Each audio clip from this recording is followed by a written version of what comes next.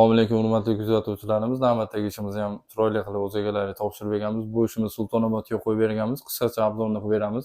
Razmerlari keladigan bo'lsa 320 ga, bu yoqasi 3 metr bo'lgan, bo'ylariga 260 bo'lgan. Materiallari keladigan bo'lsa, materiallari ham Kashtan firmaning akreldan qo'yganmiz, Tureyskiy. Bu yerlarda mana final qilib joylashtirganmiz. Polkali kattaroq narsalarni solsanglar ham bemalol sug'oradi. Bu yerda mana vichka, gazimiz, uni tagida duxovkamiz. Bu yerda mana mo'ka, sushilkamiz, musul paqirlariga da qo'yganmiz. Bitta ahamiyatga qo'yasizlar. Bu yerda mana mikrovolnovkaga joy. Bu yerda mana qosh soladigan podollarimizni ham qo'yib qo'yganmiz, ko'rishingiz mumkin. Bu yerda mana holdingimiz.